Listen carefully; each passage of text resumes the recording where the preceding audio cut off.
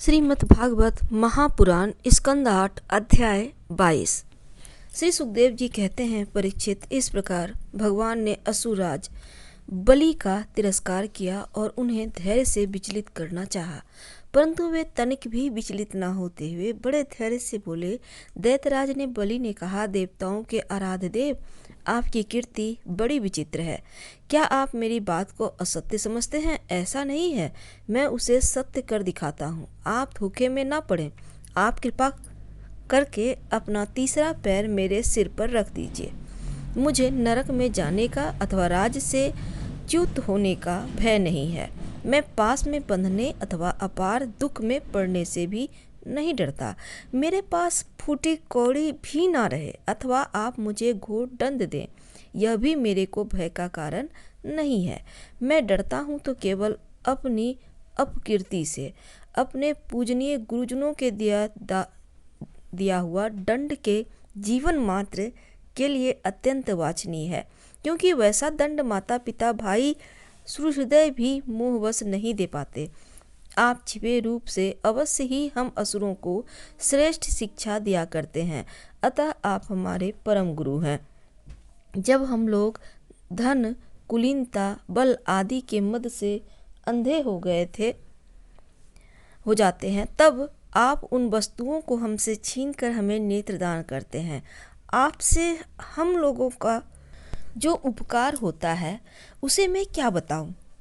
अनन्यास भाव से योग करने वाले योगीगण जो सिद्धि प्राप्त करते हैं, यही सिद्धि बहुत से असुरों को आपके जिनकी ऐसी महिमा, ऐसी अन्य लीलाएं हैं, वही आप मुझे दंड दे रहे हैं और वरु पास में बांध रहे हैं। इसकी ना तो मुझे कोई लज्जा है और ना किसी प्रकार की व्यथा ही। प्रभु, मेरे पितामह प्रहलाद जी की कीर्ति सारे जगत में प्रसिद्ध है। वे आपके भक्त श्रेष्ठ माने जाते हैं। उनके पिता हिरण्यकश्यप ने आपसे पैर विरोध किया रखने के कारण उन्हें अनेकों प्रकार के दुख मिले, परंतु वे आपके ही परायण रहे। उन्होंने अपना जीवन आप पर ही निछावर कर दिया।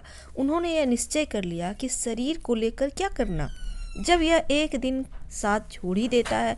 जो धन संपत्ति लेने के लिए स्वजन बने हुए हैं, उन डाकुओं से अपना स्वार्थ ही क्या है। पत्नी से भी क्या लाभ, वह तो जन्म मृत्यु के संसार रूप में चक्र में डालने वाली ही है, और जब मरना ही है तब घर से मोह करने में भी क्या स्वार्थ। इन सब वस्तुओं में उलझ जाना तो केवल अपनी आयु खोना है। ऐसा निश्चय करके मेरे पितामह प्रहलाद जी ने, यह जानते हुए कि आप लौकिक दृष्टि से उनके भाई बंधुओं का नाश करने वाले शत्रु हैं, फिर भी आपके ही भय रहित एवं अविनाशी चरण कमलों की शरण ग्रहण की थी। क्यों न हो, वे संसार से परम विरक्त, अगाध बोध संपन्न, उदार हृदय एवं संत शिरोमणि जो हैं, आप उस दृष्टि से मेरे भी शत्रु हैं। फिर भी विधाता ने मुझे बलात् ऐश्वर्य लक्ष्मी से अलग करके आपके पास पहुंचा दिया।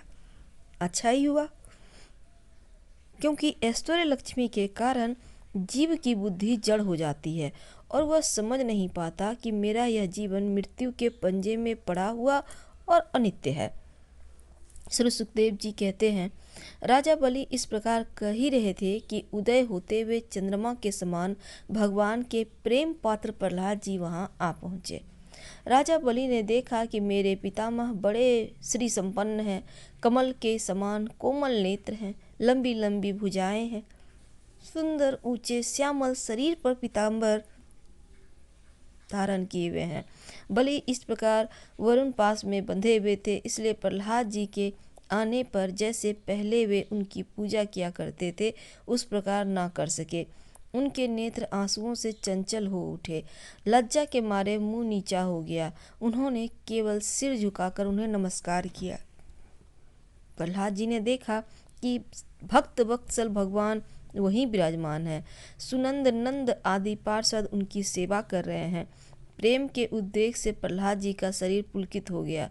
उनकी आंखों में आंसू छलक आए। वे आनंद पूर्ण उनकी हृदय से सिर झुकाए अपने स्वामी के पास गए और पृथ्वी पर सिर रखकर उन्हें साष्टांग प्रणाम किया। प्रहलाद जी ने कहा, प्रभु आपने ही बलि को यह ऐश्वर्यपूर्ण इंद्रपद दिया है, अब आज आपने ही उसे छीन लिया। आपका देना जैसा सुंदर है वैसा ही लेना भी सुंदर मैं समझता हूँ कि आपने इस पर बड़ी भारी कृपा की है, जो आत्मा को मोहित करने वाली राज्य लक्ष्मी से इसे अलग कर दिया है। प्रभु, लक्ष्मी मद से तो विद्वान पुरुष भी मोहित हो जाते हैं, उसके भले रहते भला अपने वास्तविक स्वरूप ठीक ठाक कौन जान सकता है। अतः उस लक्ष्मी को छीन कर महान उपकार करने वाले समस्त जगत के महान ईश्वर, सबके हृदय में विराजमान और सबके परम साक्षी श्री नारायण को मैं नमस्कार करता हूँ। श्री सुखदेव जी कहते हैं, परीक्षित, प्रहलाद जी बांधकर हाथ जोड़े खड़े थे। उनके सामने ही भगवान ब्रह्मा जी ने वामन भगवान से कुछ कहना चाहा, परंतु इतने में ही राजा बलि की परम साध्वी पत्नी विश्यावली ने अपने पति को बंधा देखकर भयभीत हो भगवान के चरणों में प्रणाम किया और हाथ जोड़ मुंह नीचा कर वह भगवान से बोली। विंध्यावली ने कहा, प्रभु आपने अपनी क्रीड़ा के लिए ही इस संपूर्ण जगत की रचना की है। जो लोग कुबुद्धि हैं वे ही अपने को इसका स्वामी मानते हैं। जब आप ही इसके कर्ता और संहारकर्ता हैं, तब आपकी माया से मोहित होकर अपने को झूठ मूठ कर्ता मानने वाले निर्लज्ज आपको समर्पण क्या करेंगे। ब्रह्मा जी ने कहा, समस्त प्राणियों के जीवनदाता, उनके स्वामी और जगत गुरु देवाधिदेव प्रभु, आप इसे छोड़ दीजिए। आपने इसको सर्वस्व ले लिया है, अतः अब यह दंड का पात्र नहीं है। इसने अपनी सारी भूमि, पुण्य कर्मों से उपर्जित स्वर्ग आदि लोक, अपना सर्वस्व तथा आत्मक आपको समर्पित कर दिया है, एवं ऐसा करते समय इसकी बुद्धि स्थिर रही है, यह धैर्य से च्युत नहीं हुआ है। जो मनुष्य सच्चे हृदय से कृपणता छोड़कर आपके चरणों में जल का अर्घ देता है और केवल दुर्वा दल से भी आपकी सच्ची पूजा करता है, उसे भी उत्तम गति की प्राप्ति होती है। फिर बलि ने तो बड़ी प्रसन्नता से धैर्य और स्थिरता पूर्वक आपको त्रिलोक की दान कर दिया है, तब यह दुख का भागी कैसे हो सकता है। भगवान ने कहा, ब्रह्मा जी, मैं जिस पर कृपा करता हूँ उसका धन छीन लिया करता हूँ, क्योंकि जब मनुष्य धन के मद से मतवाला हो जाता है तब मेरा और लोगों का तिरस्कार करता है। यह जीव अपने कर्मों के कारण विवश होकर अनेक योनियों में भटकता है।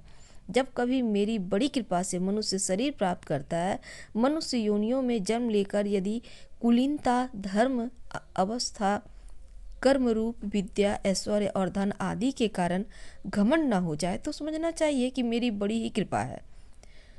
कुलीनता आदि बहुत से ऐसे कारण हैं जो अभिमान और जड़ता आदि उत्पन्न करके मनुष्य को कल्याण के समस्त साधनों से वंचित कर देता है, परंतु जो मेरे शरणागत होते हैं वे इनसे मोहित नहीं होते। यह बलि दानव और दैत्य दोनों ही वंशों में अग्रगण्य और उनकी कीर्ति बढ़ाने वाला है। इसने उस माया पर विजय प्राप्त कर ली है जिसे जीतना अत्यंत कठिन है। तुम देख ही रहे हो, इतना दुख भोगने पर भी यह मोहित नहीं हुआ। इसका धन छीन लिया, राजपद से अलग कर दिया, तरह तरह के आक्षेप किए, शत्रुओं ने बांध लिया, भाई बंधु छोड़कर चले गए, इतनी यातनाएं भोगनी पड़ी। यहाँ तक कि गुरुदेव ने भी इसको डांटा, फटकारा, साप दे दिया, परंतु इस दृढ़व्रती ने अपनी प्रतिज्ञा नहीं छोड़ी। मैंने इससे छल भरी बातें की, मन में छल रखकर धर्म का उपदेश दिया, परंतु इस सत्यवादी ने अपना धर्म नहीं छोड़ा। अतः मैंने इसे वह स्थान दिया है जो बड़े बड़े देवताओं को भी बड़ी कठिनाई से प्राप्त होता है। सर्वाणी मनवंतर में यह मेरा परम भक्त इंद्र होगा। तब तक यह विश्वकर्मा के बनाए हुए सुतल लोक में रहे। वह रहने वाले लोग मेरी कृपा दृष्टि का अनुभव करते हैं, इसलिए उन्हें शारीरिक, मानसिक रोग, थकावट, बाहरी भीतरी शत्रुओं से पराजय और किसी प्रकार के विघ्नों का सामना नहीं करना पड़ता। बलि को संबोधित कर, महाराज इंद्रसेन, तुम्हारा कल्याण हो। अब तुम अपने भाई बंधुओं के साथ उस सुतल लोक में जाओ जिसे स्वर्ग के देवता भी चाहते रहते हैं। बड़े बड़े लोकपाल भी अब तुम्हें पराजित नहीं कर सकेंगे। दूसरों की तो बात ही क्या है। जो दैत्य तुम्हारी आज्ञा का उल्लंघन करेंगे, मेरा चक्र उनके टुकड़े टुकड़े कर देगा। मैं तुम्हारे अनुचरों की और भोग सामग्री की भी सभी प्रकार के विघ्नों से रक्षा करूंगा। बीरबली, तुम मुझे वहाँ सदा सर्वदा अपने पास ही देखोगे। दानव और दैत्यों के संसर्ग से तुम्हारा जो कुछ आसुर भाव होगा, वह मेरे प्रभाव से तुरंत दब जाएगा और नष्ट हो जाएगा। श्रीमद् भागवत महापुराण स्कंद 8 अध्याय 22 समाप्त हुआ। 23वें अध्याय में हम आपसे कल मिलेंगे। तब तक हम आपसे विदा लेते हैं। हर हर महादेव। धन्यवाद।